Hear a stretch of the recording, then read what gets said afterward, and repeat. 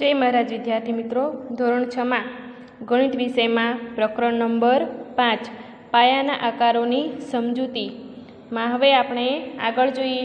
तो आगळ आपणे स्वाध्याय 5.3 नो दाखला नंबर 6 थी बाकी छे, बराबर।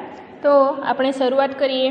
सूचना आपणे आपी छे के आपेल स्थितिमांथी તમે ફરો ત્યારે કેટલા કાટખૂણા રચાશે, બરાબર। ઘડિયાળના કાંટાની દિશામાં દક્ષિણમાંથી પશ્ચિમમાં, બરાબર। આપણે પહેલાં અહીંયા દોરી દઈએ, બરાબર છે। ઉપર કઈ દિશા આવશે? ઉત્તર દિશા, બરાબર। નીચે આવશે દક્ષિણ દિશા, જમણી બાજુ આવશે પૂર્વ અને ડાબી બાજુ આવશે પશ્ચિમ, બરાબર છે। તો આપણે ક્યાં ફરવાનું છે? ઘડિયાળના કાંટાની દિશામાં, બરાબર। દક્ષિણ દિશામાંથી પશ્ચિમમાં। દક્ષિણ દિશા ક્યાં છે? આ રહી, બરાબર। અહીંયાથી આપણે જવાનું છે પશ્ચિમમાં, બરાબર। તો દક્ષિણમાંથી પશ્ચિમમાં આપણે જઈશું તો કેટલા કાટખૂણા રચાય છે? અહીંયા શું કીધું છે કે કેટલા કાટખૂણા રચાશે, બરાબર। તો અહીંયા એક જ કાટખૂણો રચાય છે। તો દક્ષિણ દિશામાંથી ઘડિયાળના કાંટાની દિશામાં પશ્ચિમ દિશાએ જતા એક કાટખૂણો રચાશે, બરાબર। એક જ કાટખૂણો રચાય છે। ઘડિયાળના કાંટાની વિરુદ્ધ દિશામાં ઉત્તરથી પૂર્વમાં, બરાબર। અહીંયા આપણે દોરી લઈએ,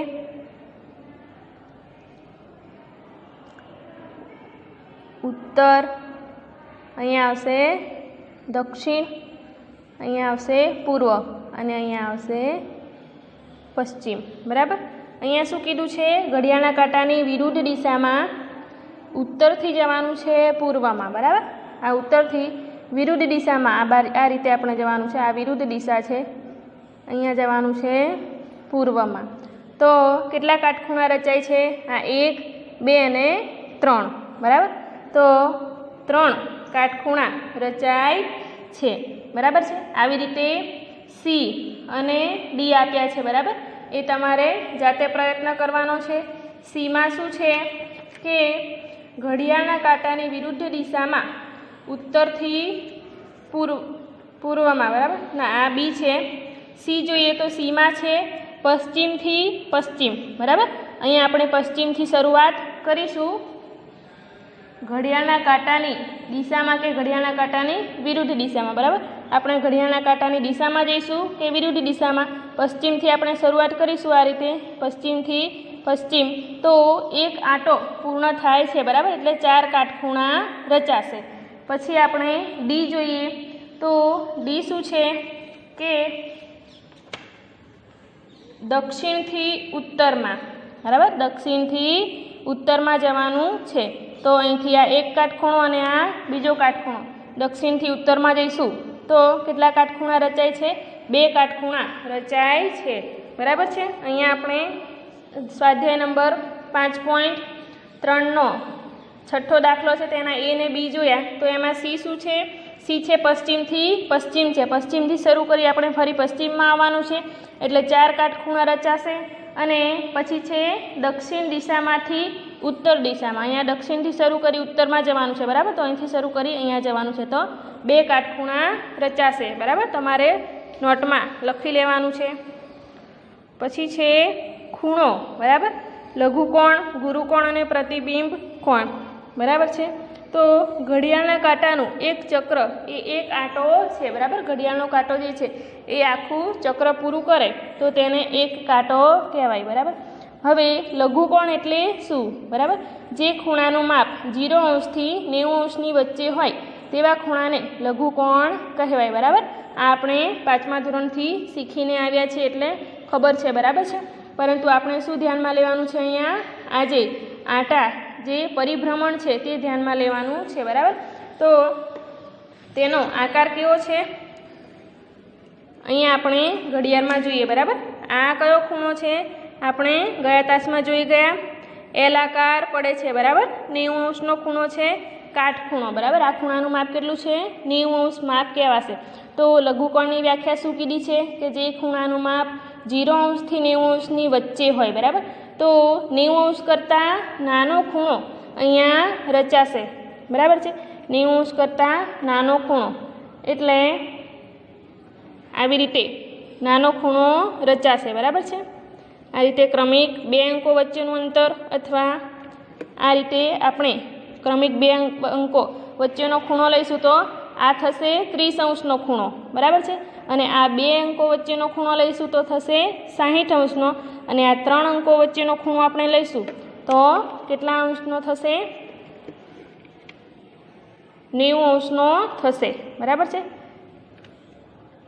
આ જે છે 60 અંશનો ખૂણો કહેવાશે એટલે લઘુકોણ, બરાબર. 90 અંશ કરતાં નાનો ખૂણો.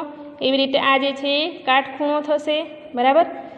90 ને કાટખૂણા કરતાં નાનો ખૂણો એટલે લઘુકોણ, બરાબર છે. ગમે તે માપ આપણે લઈશું 90 કરતાં નાનું. અને આ જે ખૂણો બનશે ક્રમિક બે અંકો વચ્ચેનો ખૂણો આ જે છે એ 30 અંશનો ખૂણો આવશે, બરાબર છે. પછી અહીં 1/4 આંઠાથી ઓછું પરિભ્રમણ એટલે લઘુકોણ, બરાબર.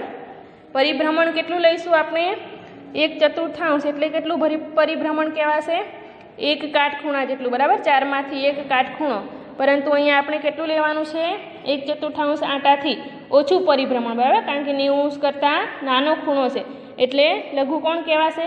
પછી કાટકોણ, જે ખૂણાનું માપ 90 અંશ હોય તેવા ખૂણાને કાટખૂણો કહેવાય, બરાબર છે. 90 અંશનો ખૂણો હમણાં આપણે જોયું, તેનું પરિભ્રમણ ગણીશું તો કેટલું કહેવાશે? 1/4, બરાબર. 4માંથી એક કાટખૂણો. પછી ગુરુકોણ, જે ખૂણાનું માપ 90 અંશથી 180 અંશની વચ્ચે હોય તેવા ખૂણાને ગુરુકોણ કહેવામાં આવે છે, બરાબર. 180 અંશની વચ્ચે હોય તેવા ખૂણાને શું કહેવામાં આવે છે? ગુરુકોણ કહેવામાં આવે છે, બરાબર. હું તમને ઘડિયાળમાં બતાવું, બરાબર છે.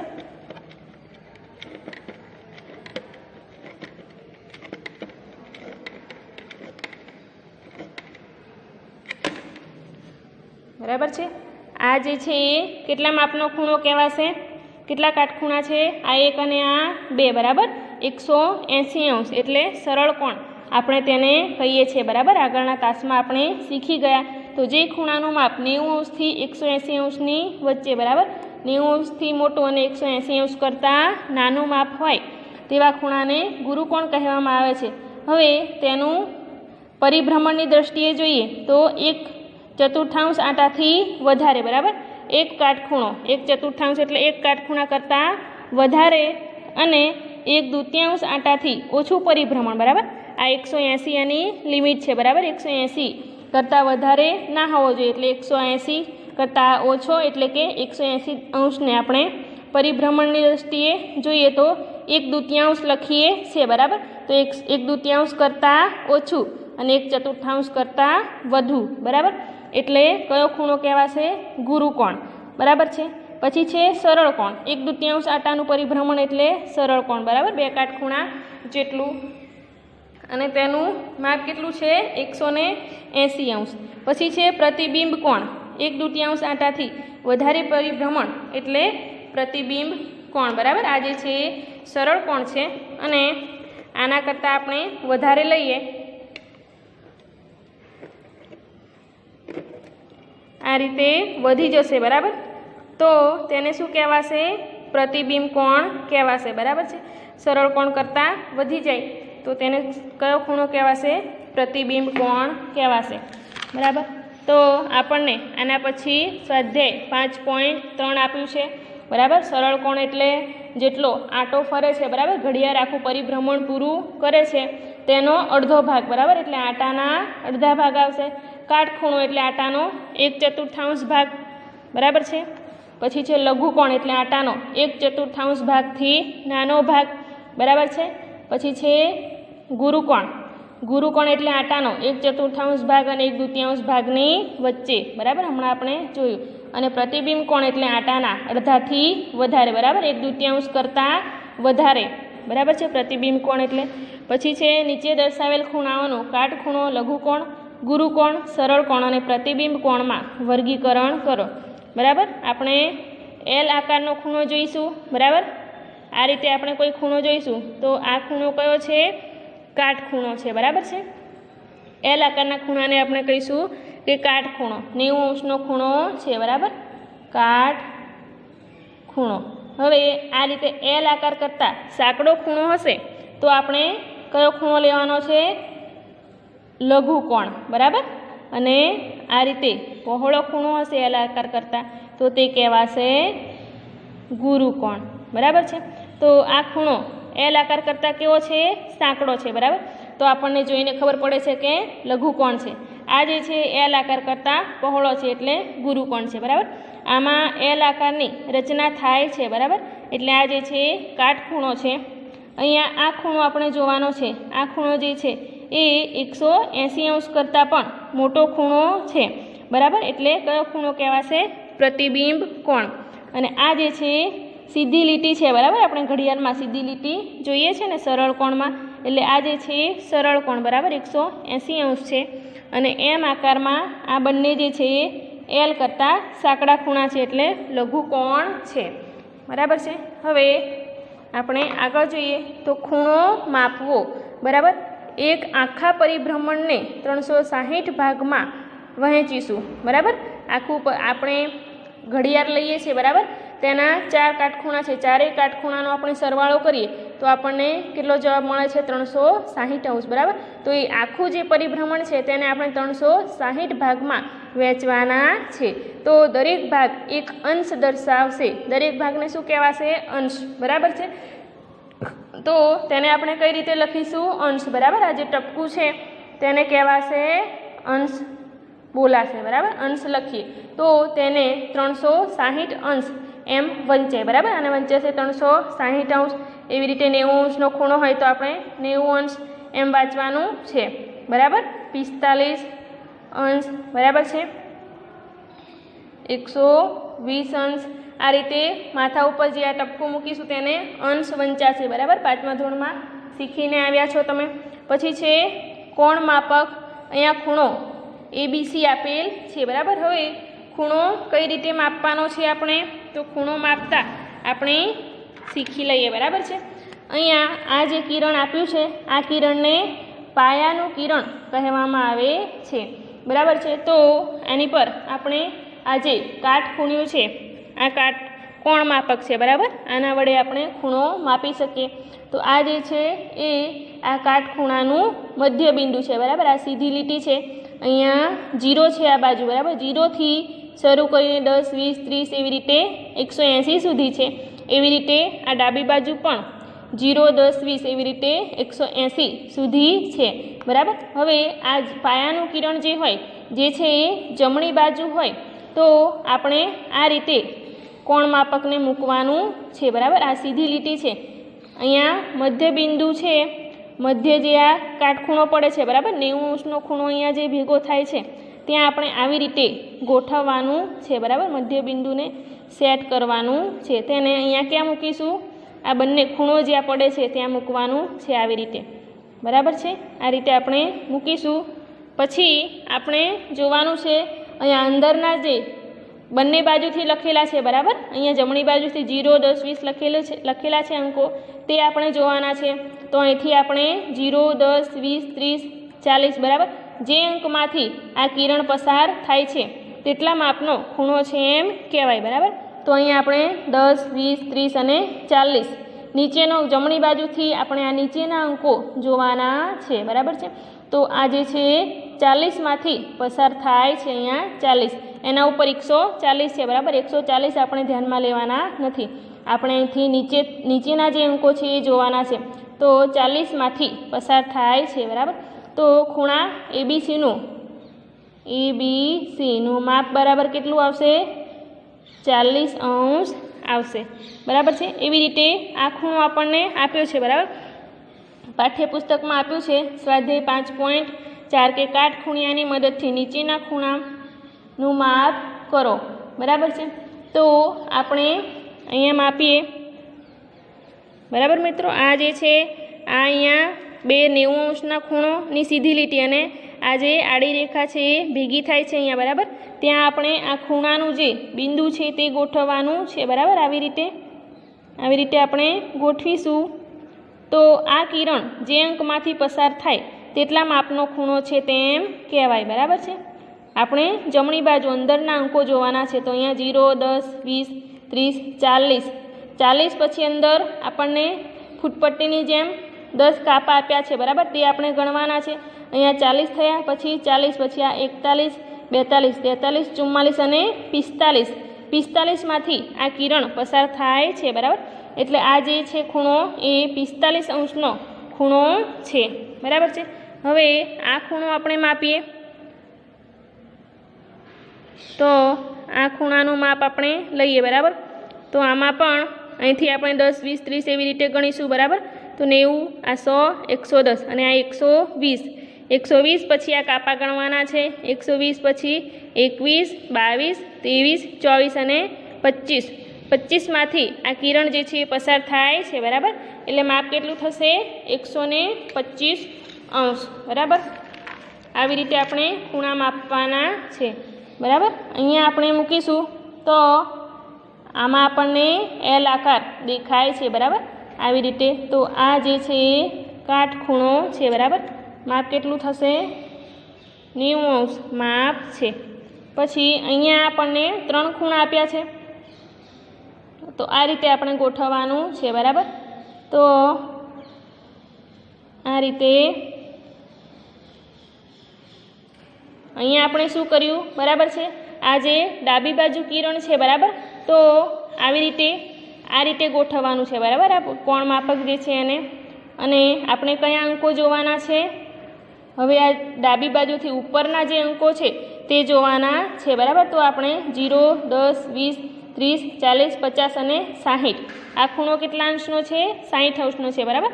પાયાનું કિરણ જો જમણી બાજુ હોય, આ રીતે જમણી બાજુ હોય તો આપણે નીચેના અંકોથી ગણતરી કરવાની છે, અને આ રીતે ડાબી બાજુ હોય, બરાબર. આ જે પાયાનું કિરણ છે એ કઈ બાજુ છે? આપણા હાથની આ ડાબી બાજુ છે, બરાબર. તો આપણે આ જે 0 છે ત્યાંથી ગણવાનું છે, બરાબર. 0, 10, 20, 30 એમ.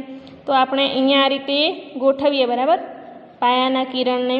તો અહીંયા 10, 20, 30, 40, 50 અને 60. 60માંથી આ કિરણ બહાર નીકળે છે, બરાબર. તો આ ખૂણો જે છે એ 60 અંશનો ખૂણો છે, બરાબર છે. એવી રીતે આ બંને ખૂણા આપણે જોઈએ.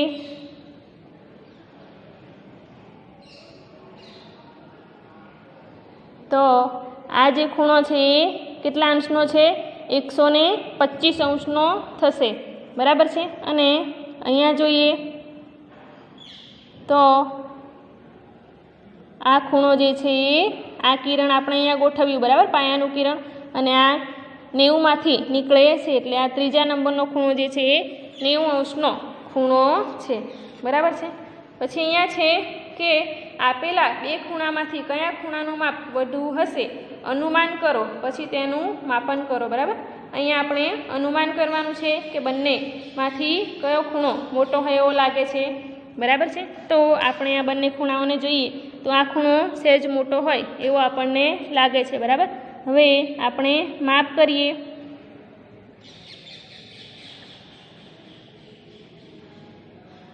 તો આ ખૂણાનું માપ 0, 10, 20, 30, 40 અને 45, બરાબર, 45 અંશ છે, બરાબર.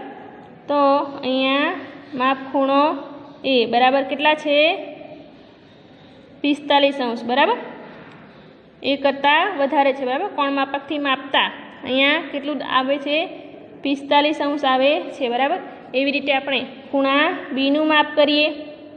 તો ખૂણા બીનું માપ કરતાં આપણને કેટલું મળે છે? અહીંયા 10, 20, 30, 40, 50 અને 60માંથી આ કિરણ બહાર નીકળે છે, બરાબર, એટલે આવશે 60 અંશ, બરાબર. આવી રીતે આપણે ખૂણા માપવાના છે, બરાબર છે. પછી દાખલા નંબર આપણે 8 જોઈએ, બરાબર છે. કે દરેક આકૃતિમાં દર્શાવેલ ખૂણાના માપ લખો. પહેલાં તમારી આંખો વડે જોઈ અનુમાન કરો અને પછી કાટખૂણિયાની મદદથી સાચા માપ શોધી કાઢો, બરાબર. આપણે અનુમાન કરવાનું છે. તો આ જે છે કેટલા માપનો ખૂણો હોય એવું લાગે છે? 40 અંશનો હોય એવું લાગે છે, બરાબર. અને આ ખૂણો આપણે જોઈએ તો આ ખૂણાનું માપ કેટલું થશે? પહેલાં આપણે આ ખૂણો માપી લઈએ, બરાબર.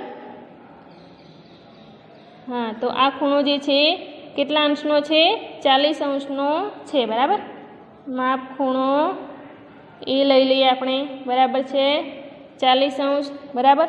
હવે આ ખૂણો આપણે માપી લઈએ, તો આ ખૂણાનું માપ કેટલું છે?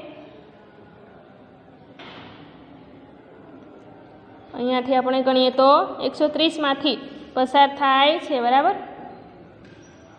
તો 130°, બરાબર છે। તો અત્યારે આપણે અહીં સુધી રાખીએ, બરાબર છે। જય મહારાજ।